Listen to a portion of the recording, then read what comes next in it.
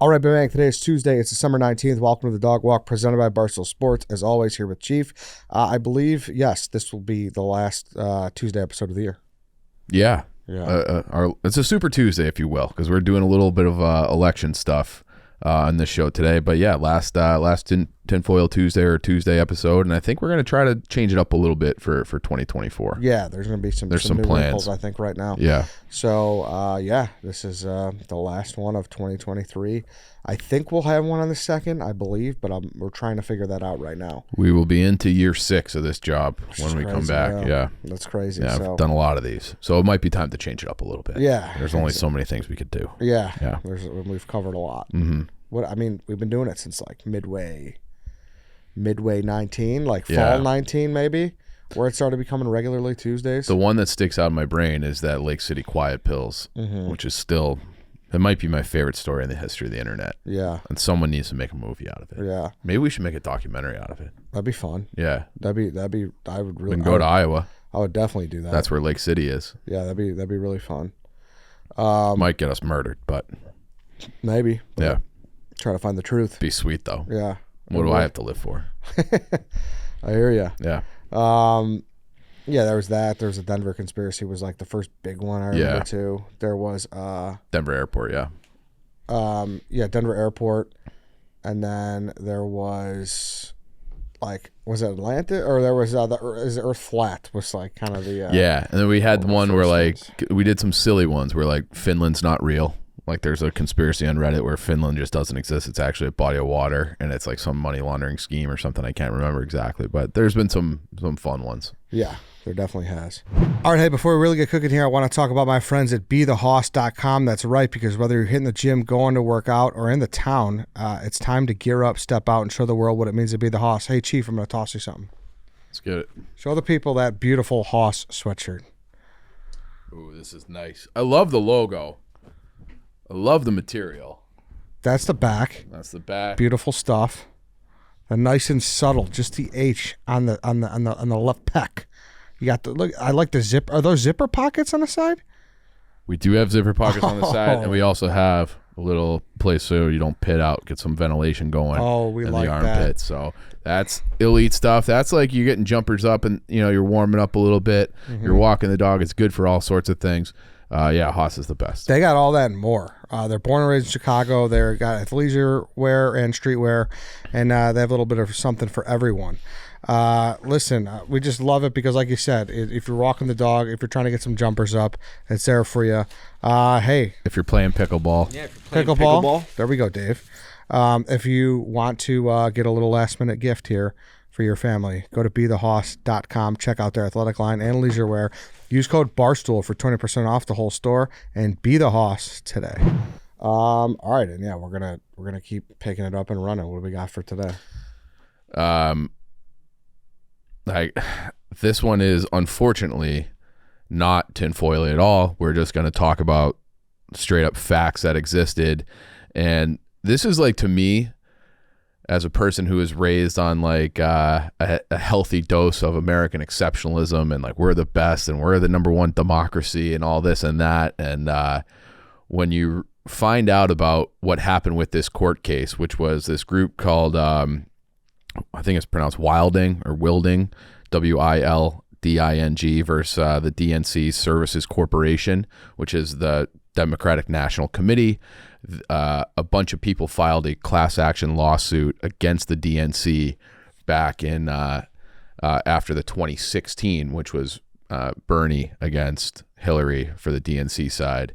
And the findings of that court case, like, it just makes you want to puke, but I had never even really heard of it until like maybe a week or two ago.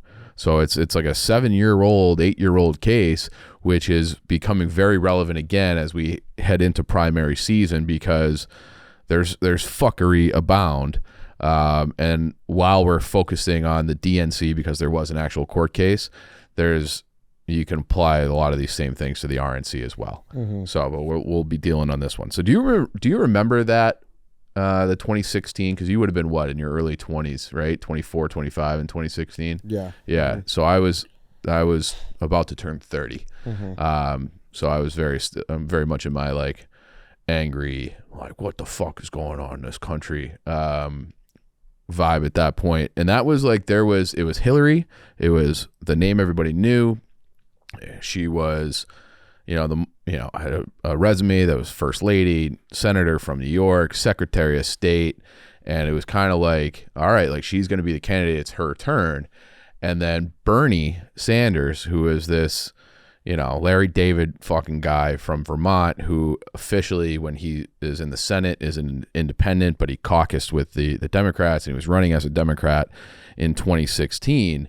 And then you get into like the actual campaign, and Bernie's doing very well. Like he's doing very, very well. He's when you would poll Trump against Hillary in the early stages, you would have pretty neck and neck on it. Like Hillary was ahead by a little bit, but like the polls were close. When you did Bernie against Trump, many polls would show Bernie as a double-digit favorite against Trump in a head-to-head poll. Like, because he would get the young vote, he would get the working class vote, he would get all the normal Democratic base, and then that he had a pretty big gap over Trump. And then there were all these things that people were like, well, what the fuck is going on? Like the DNC is clearly rigging this election process for Hillary. And so the first thing, the first two elections in the primary cycle are always the Iowa caucuses and the New Hampshire primary. So Iowa goes first, and the results of the Iowa caucus that year was 49.86% for Hillary to 49.57 for Bernie. Like razor thin. The razor thin, 0.3 of a percentage point. And then the caucus system is a little funky, right? Like they do like weird things it's not just like a straight election where you go and cast ballot. You have to show it to like a high school gym, and it's like there's arguing, debating, and whatever. And there were like a few instances where it's like, wait a second, okay, how did Hillary win this? There was a guy named Keen Schwartz who was the only caucus goer for his county. So like, you see the basketball gym, okay, and these other Des Moines, you got to 100,000, however many people show up to those things. In Woodburn County, Keen Schwartz is the only guy who showed up. Okay, so he was running the caucus. He voted for Bernie Sanders. His county delegate was awarded to Hillary. So it was a 1-0 vote. Huh. Okay, he voted for Bernie. The DNC gave that delegate to Hillary, and he's like, I don't know what the fuck. Like, I voted for Bernie. I'm the only guy. My delegate should be going to Bernie. They counted it for Hillary. Then there were 6 counties that were determined to be a tie, and the way that they settled ties in those counties were a coin toss. And we have an example of that. I forwarded to Lance. So Lance, you can just play that clip. It's only 30 seconds. And this is literally how, like, at the end of the day, it's like, hey, we're too close to call. Here's how they decided. So our official delegate for this precinct is Hilary Clinton. It was very, very close. Remember, this is a caucus. It was very, very close. It was called by a coin toss. What a way to decide an election is a coin toss, okay? So that was one example. There were 6 counties decided by a coin toss. Hillary won all 6. Shocking, okay? And there's not video of all of them, but Hillary supposedly won all 6.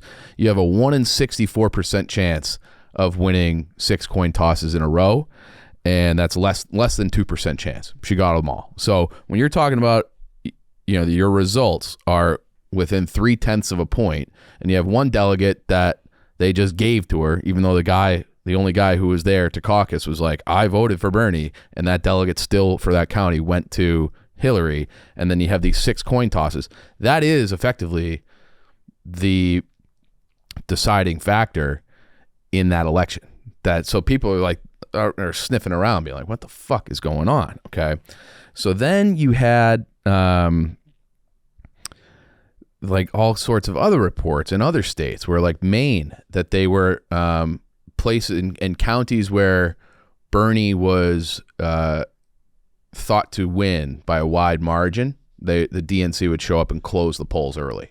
Okay, so it's basically like all the things that the Republicans and the Trump people were accusing of all this election stuff in 2020, all the fuckery that, you know, I don't know what, I haven't really ever looked into that, but all the things that they were accusing the DNC of doing in 2020 in the national election, there's lots of evidence that they did do it in plain sight for the 2016 primary, just on their own side of the party. Okay, so closing polling places early, shutting out people who were like raising questions that from Bernie's people, like, we don't have to answer that. And so there's like a ton of this. Okay. And then you have remember WikiLeaks? Okay. They get into the Hillary email servers, they get into the DNC email servers, and you find out that there is this woman, which it wasn't a secret, she was the head of the DNC. Her name is Debbie Wasserman Schultz, and she was a House representative from Florida, Democrat. She ran Hilary Clinton's campaign against Obama in the primaries in 2008. Obviously unsuccessful. Obama won, and they looked at, and then she left that, went, you know, was in Congress, and then became chair of the DNC. So one of the ways that they allege that it was rigged against Bernie was because if you look at the 2008 primaries, Obama crushed it. Okay. And the thinking, the strategists were thinking that those debates in 2008 really hurt Hillary Clinton. 2008, there were 26 Democratic primary debates. 26. Hillary did not perform well. So in 2016, they have 6 total. So they cut the amount of debates because Hillary's not good at them by 20. And that was an executive decision by this Debbie Wasserman Schultz, who's like one of Hillary's best friends, who happens to be running the DNC. So that's like one thing, okay? And that's like, you know, these are emails that are like, anybody can go and find these, okay? She also lifted a ban on donations from corporate lobbyists and political action groups, and that allowed the DNC to really have a strong hand in the Hillary Victory Fund, which was a political action group. So it's like not directly the Hillary campaign, but sort of. And the DNC was taking money from that political action group and basically giving it to the Hillary Clinton campaign. And Politico actually reported on that in 2016. Okay, so this is not like some deep state, deep Reddit, whatever Chan. This is a real thing that was tried out in court. Okay, so then after these leaks, Debbie Wasserman Schultz is forced to resign. Like, you are clearly biased for Hillary. Like, you have to get out. So she gets out. She's replaced by Donna Brazile. Donna Brazile, she was the vice chair of the DNC, but she's been on like CNN as like a political pundit and other places, MSNBC, I think like as long as I can remember. Like Donna Brazile, she's a African-American woman. She's got this, gray hair. Like, she's got a very distinct look. Like, you don't forget Donna Brazile, very well spoken. So now she's running the DNC. She is found on several occasions, okay, like it's proven that she was giving Hillary Clinton the debate questions before the debate. Okay, so you're not good at the debates. Not only are we going to ask you easier questions, but here are the questions that we're going to give you so you have time to prepare, that they were not doing for Sanders or other candidates. They're just like, under the table in advance. Here's what you're going to be asked. Like, have your answers ready. There was also they found a forwarded email to the Clinton campaign about Bernie Sanders that Donna Brazile forwarded over, that he had this strategy to win over African-American voters that was sent into the DNC, thinking that they're like a neutral party. And she just took that email and was like, here's his playbook for like, send it right over to Hillary's campaign. So they found that in the WikiLeaks. Then there was an email leak from DNC staffers saying, how can we use Bernie's Jewish heritage against him? And it's like, he's also an atheist. And it's like, there's a difference between being a Jew and an atheist. And they're like, oh, amen, like laughing back and forth. Like, how? So again, people who are supposed to be a neutral party that are organizing these debates and these elections and these, for the Democratic Party are openly trying to skew it for Hillary, and did so successfully. And all of these things that were that were found through WikiLeaks and these other things, those were like the principal things that this group, they brought a class action lawsuit against W. Wasserman Schultz and the DNC at large. And their claim, this is a quote, that they rigged primaries with intentional, willful, and malicious conduct, and that the DNC was in violation of their own charter, Article 5, Section 4. And in that charter, it says the DNC and chairperson shall exercise impartiality and even-handedness between the presidential primaries and the campaigns. So it's like, this is like what we say, okay? We're going to be as fair as possible. We're going to be even, no bias. And then there's all these examples of things where they violated their own, what they said they're going to do. So that was the lawsuit. These guys rigged the election. They rigged it for Hillary in 2016 against Bernie. We were all supposed to be, competing fairly, doing the will of the people. And then, so they go to court, and the lawyers for the DNC say they don't deny anything. They're like, yeah, we did that. Like, because it's in emails, it's printed. They don't deny any of it. And they are basically like, their defense is like, yeah, so what? So what? What are you going to do? And they said there is no right to fairness. There's no contractual obligation. It's not a situation where a promise has been made that is an enforceable promise. So it's basically like, yeah, this is our role, and we have a charter, and we say what our job is to do, but in reality, like, we don't have to do anything. Okay, so it's like, whoa, like they admitted it. Like, they're like, well, there's got to be some changes, and maybe we'll win this lawsuit. Goes to the judge, and the judge goes, hey, the court assumes that these allegations are true. Case dismissed. Okay, meaning like, we're throwing this out of court. Like, you guys have no claim. And they said that the DNC, the Democratic National Committee, is a private enterprise, and the courts don't have jurisdiction. So the court basically was like, hey, if you don't like the way leadership is conducting themselves for the DNC, well, vote them out. Like, just vote them out. Like, you have a right to free speech. You have a right to all these different measures to vote out your leadership, but the judicial system is not one of them because they're a private enterprise. So it's basically like that official ruling gave the DNC carte blanche to do whatever the fuck they wanted. Like, they can just make up the rules, and nobody is going to hold them accountable because they openly and were caught red-handed with emails and all sorts of other things that they're like, we are not under any obligation to put on a free and fair election. That's their statement, and the courts upheld it. So it's like, then what the fuck are we even doing? Why even vote? Why even vote in the primary? So the primaries in New Hampshire and the caucus in Iowa are going to be happening within a month, and this is like a court case that says that your vote effectively just does not matter. And they can put up whoever they want. They can run it however they want. And if you vote for somebody else, we don't really care. We're going to put who we want in there, no matter what. And the irony is that if he was really double-digit lead ahead of Trump, like it's their fault. Yeah. If that would have. Unless they didn't really want to win. Because if you want to win, then you actually have to govern. And I think that they were a little afraid of Bernie, because Bernie is not like, he has like his, like the Bernie bros. Remember that term, like the Bernie bros?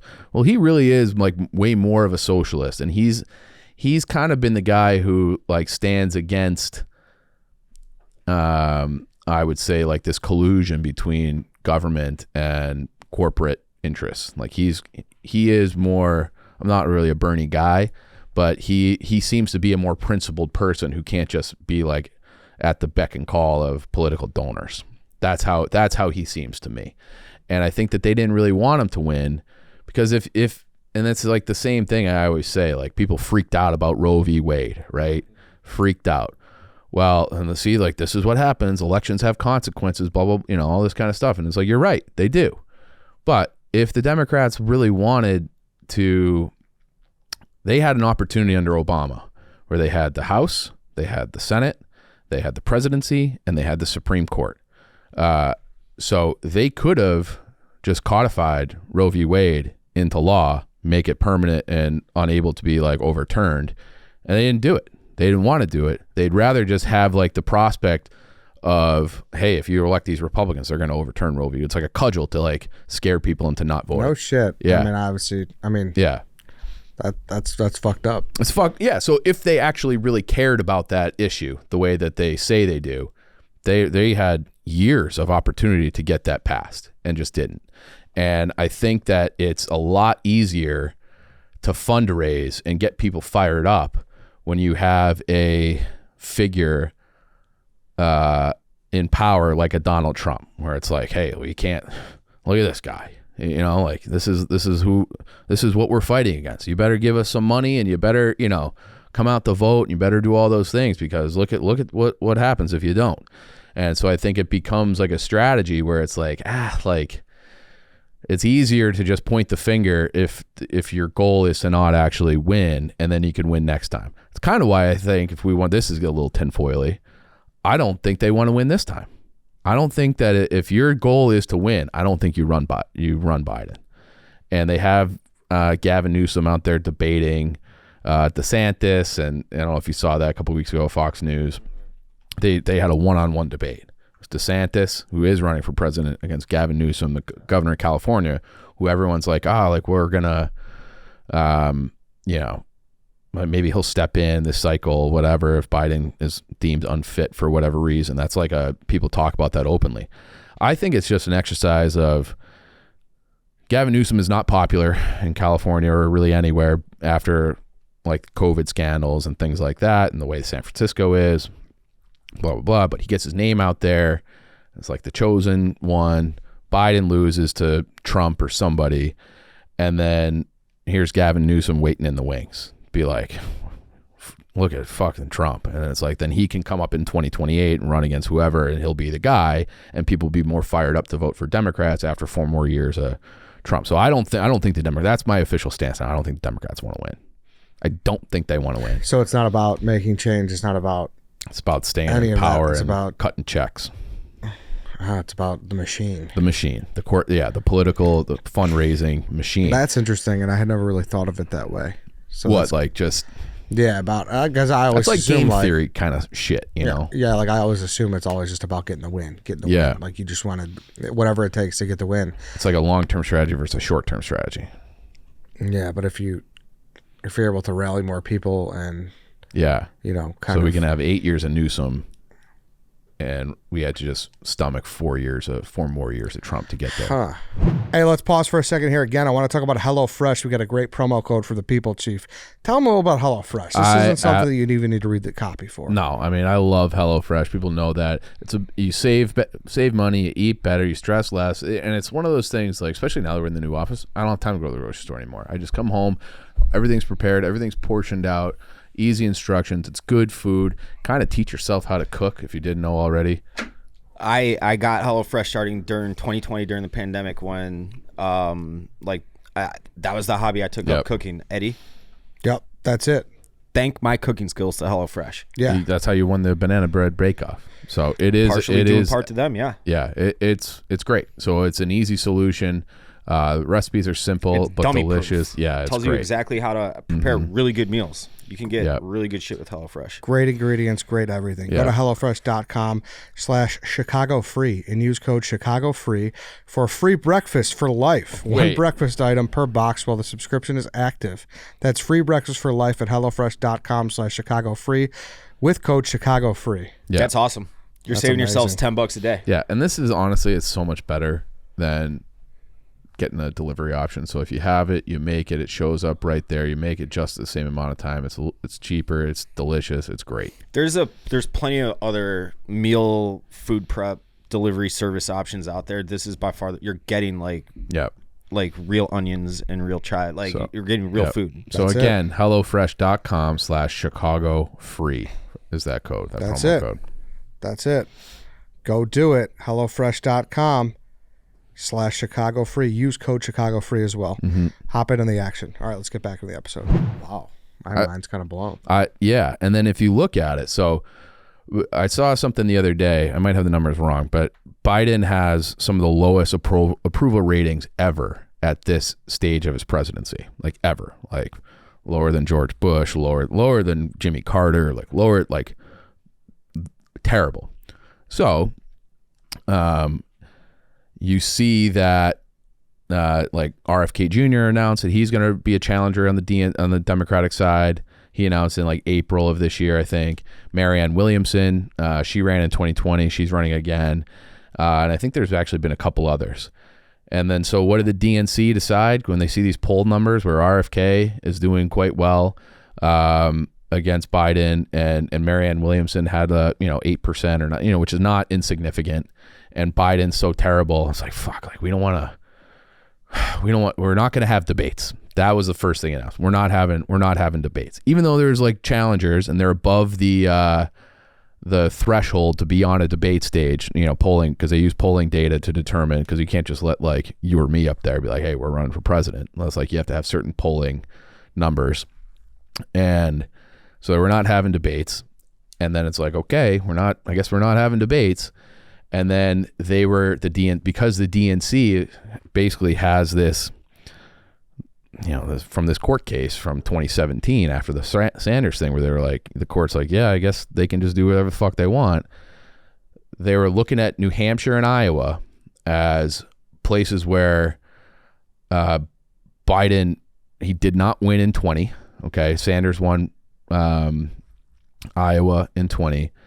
And the Kennedys in New England, even though RFK lives in California and it was like, from New York in a lot of ways. And they're like the New Hampshire people, who are a lot of former Massachusetts people, they're going to come out in droves and they're going to win.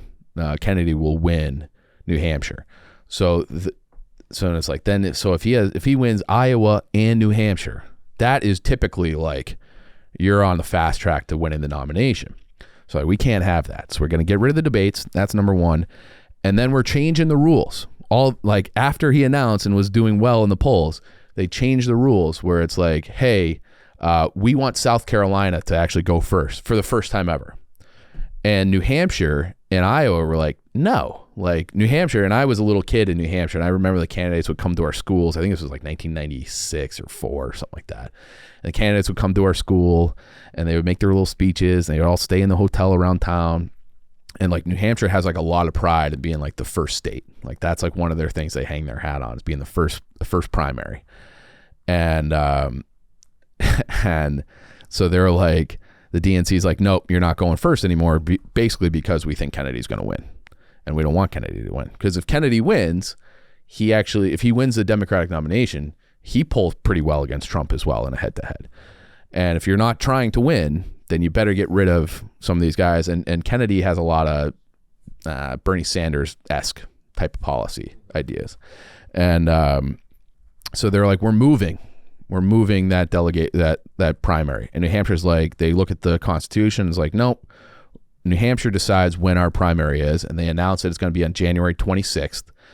And the DNC is like, okay, well, if you do that, it's going to be considered a, quote, rogue primary and doesn't count.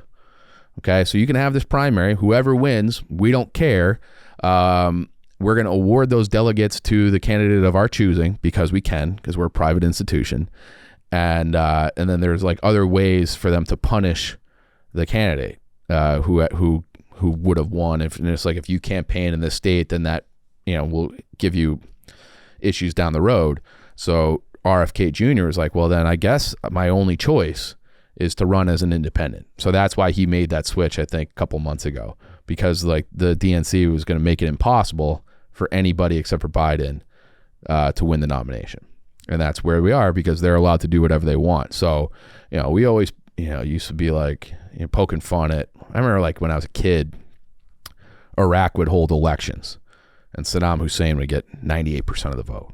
Okay. It's like, oh, he won again. What do you know? Hey, we had an election. He got 98%. Everybody loves him. And it's like, wow, not everybody loves him. He's like killing and torturing people. He's a bad guy. And he like gassed his own people. They're telling me the people in the north, the Kurds, who he gassed or voting at 98%, like no fucking way. And we would mock in like, And same thing with the Soviets. Like, hey, like these are the candidates, but it's like we don't really have any say over who the candidates are in this country. That's what this court ruled. So we can have all these elections. The elections are basically a farce. They're a show. They're like a way to, get people's names out there. But at the end of the day, it's still just the DNC powers that be, donors, the political class are like, nope, it's Biden. Nope, it's Hillary. It's whoever we say it's going to be.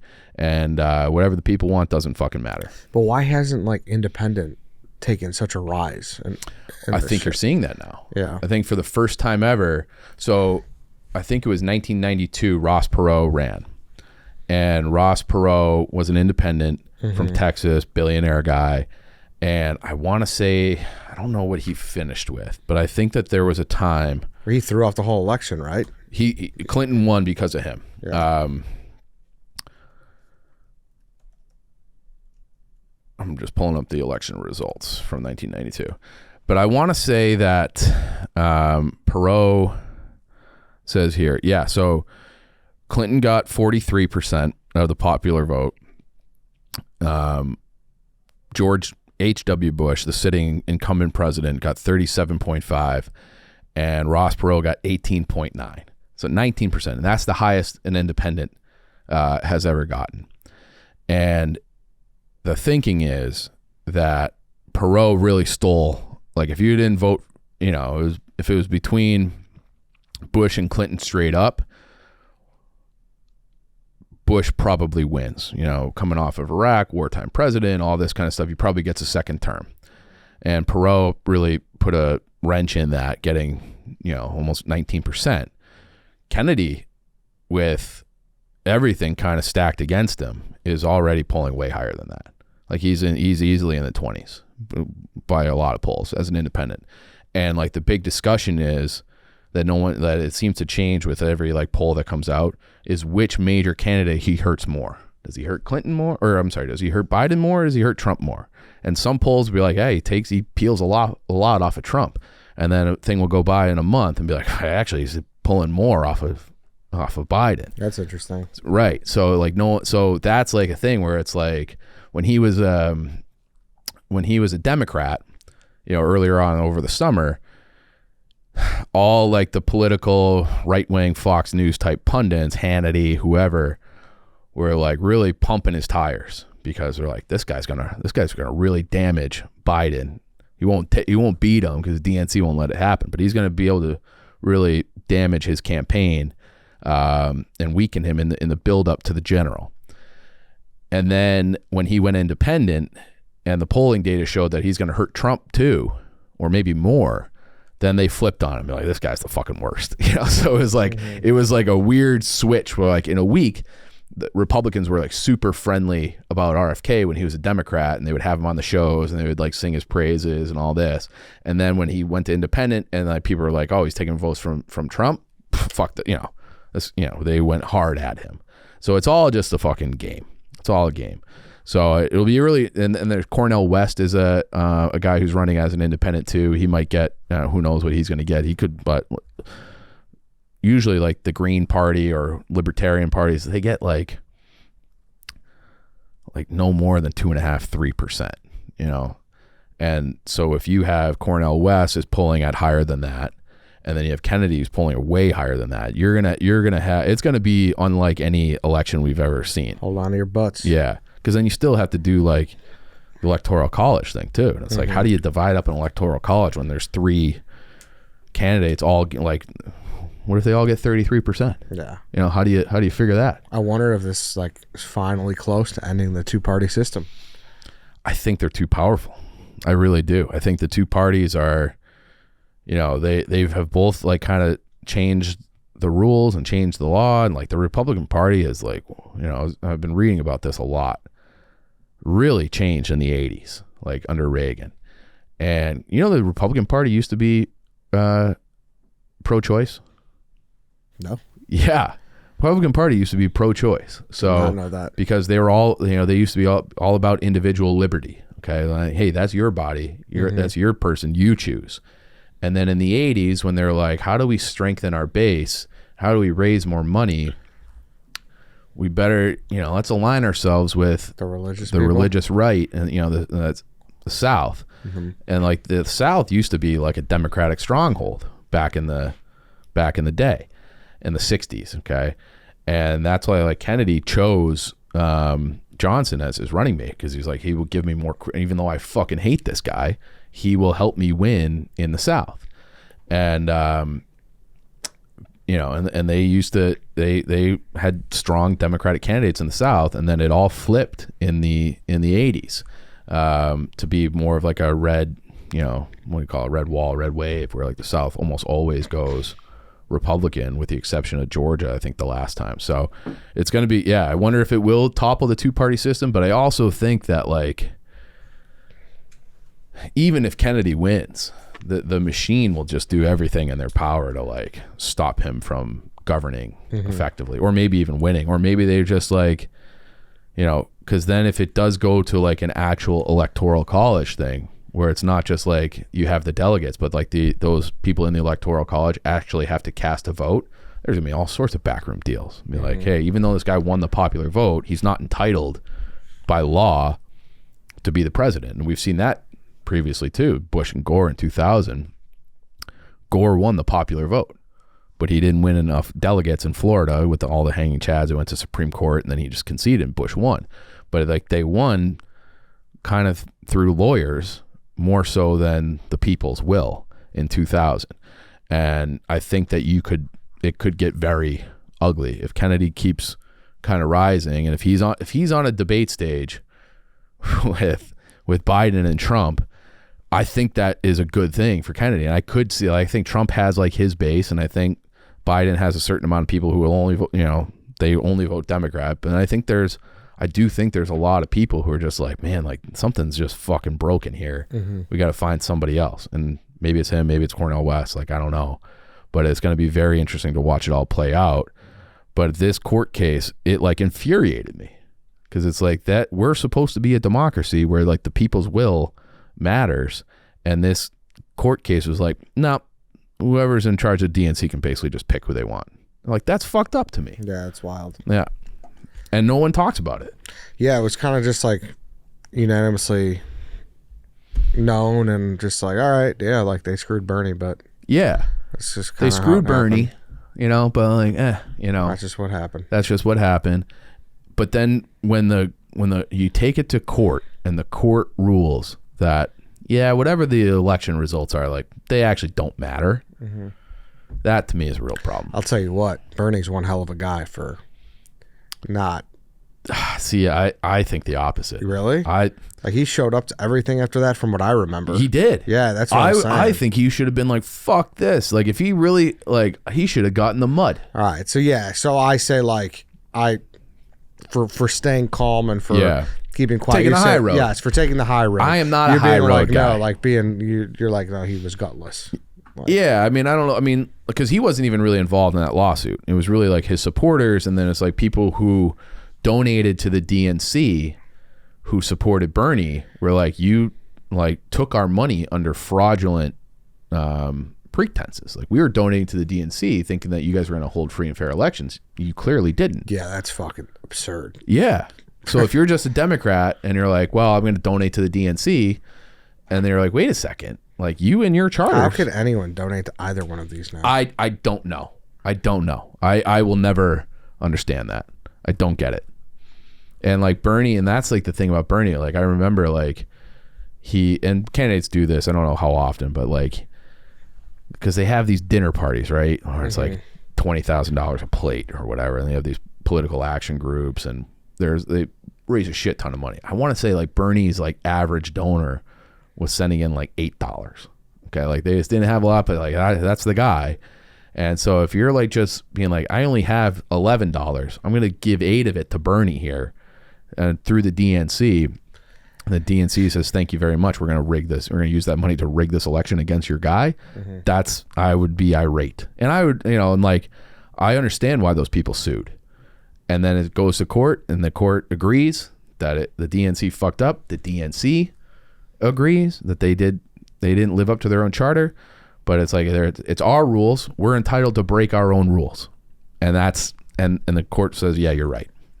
That's all there is to it. And so it's like, well, then who owns the DNC? I couldn't find the answer to that. If it's a private enterprise, somebody has to own it. It's true. Who owns it? Debbie Wasserman Schultz. Yeah. What is she up to now? I don't know. I'm not sure. Because she like left in shame. I'm sure she got a fat check and is like chilling somewhere in Florida because she's from Florida. But yeah, I don't know. In 2022, Schultz's stock portfolio was up 50.8%. What do you know? What do you know about that? Huh? Good for her. She's clearly very smart. Yeah, the second highest gain in Congress that fiscal year following Representative Patrick Fallon. Yeah, and that's like the other thing too, like the whole insider trading by congressmen. They're all doing it. That's not like a unique thing to. I mean, she might be better at it. Nancy Pelosi gets a lot of flack, but if you look at like the entire Congress, there's like 400 something people. I mean, 538 or something like that. They're all like almost all of them are engaging in this. It's like all the people are doing like, oh, we better buy this defense company because they came up with this radar that's going to Ukraine, and it's like their stock goes through the roof. And how do you know that? Well, I signed the deal on the contract before it was announced. Like, it's blatant insider trading, and they don't do shit about it. It's all corrupt. Very much so. Yep. Leaves a bad taste. But this is one of those things where I'm like, I want people to know this, because like there's going to be a lot of people getting angry online and being like, how could you vote for this how could you support that candidate? Like none of your posturing even really matters, because those people they're deciding who is going to be the president, not us. We're not a real democracy. Fucked up. There was a Congress, because it didn't always used to be this way. There was a Congress like I think it was 70 or 80 years ago, where you know how now it's like everything's like 50-50. Like, can we flip one seat this way and get, that's always like the debate. There was an election that was held, I think it was the 75th Congress, where it was like 350 to 44. I don't know what the numbers are exactly, but it was like over 300 seat swing for one party, because they ran on things that spoke to the majority of the people. And I still think the majority of the people in this country are aligned on most things. And if they're not aligned, they're not going to spit in their neighbor's face for thinking something else. It's like, I think most people are usually pretty good people. It's like the 10% on each side fuck everything up and get all the headlines. But so back then you had more fair elections, you would think, and a wild blowout because of the policies and the pillars that these candidates ran on. And it mattered. And now it just seems like it just doesn't matter. Like, it's just another face who's going to do all the same shit. That's how it feels. Yeah. Not good. Not great. Not good. Not the most lighthearted episode to end on the year. Not at all. No. But get ready for 2024, because it's about to be 2024 is going to be ugly and annoying on the internet. About to be crazy. But before you tell somebody that they're the scum of the earth because they're voting one way or another, just remember that your vote doesn't matter. Okay? So maybe just chill and be kind to people, because we're all in this same shitstorm together. All right, we'll end on that. Yeah. Okay. Free swim tomorrow, last episode of the year. And last original episode, I should say. Yeah. There will be best ofs the week after Christmas week. So, all right then. We'll see you back next year.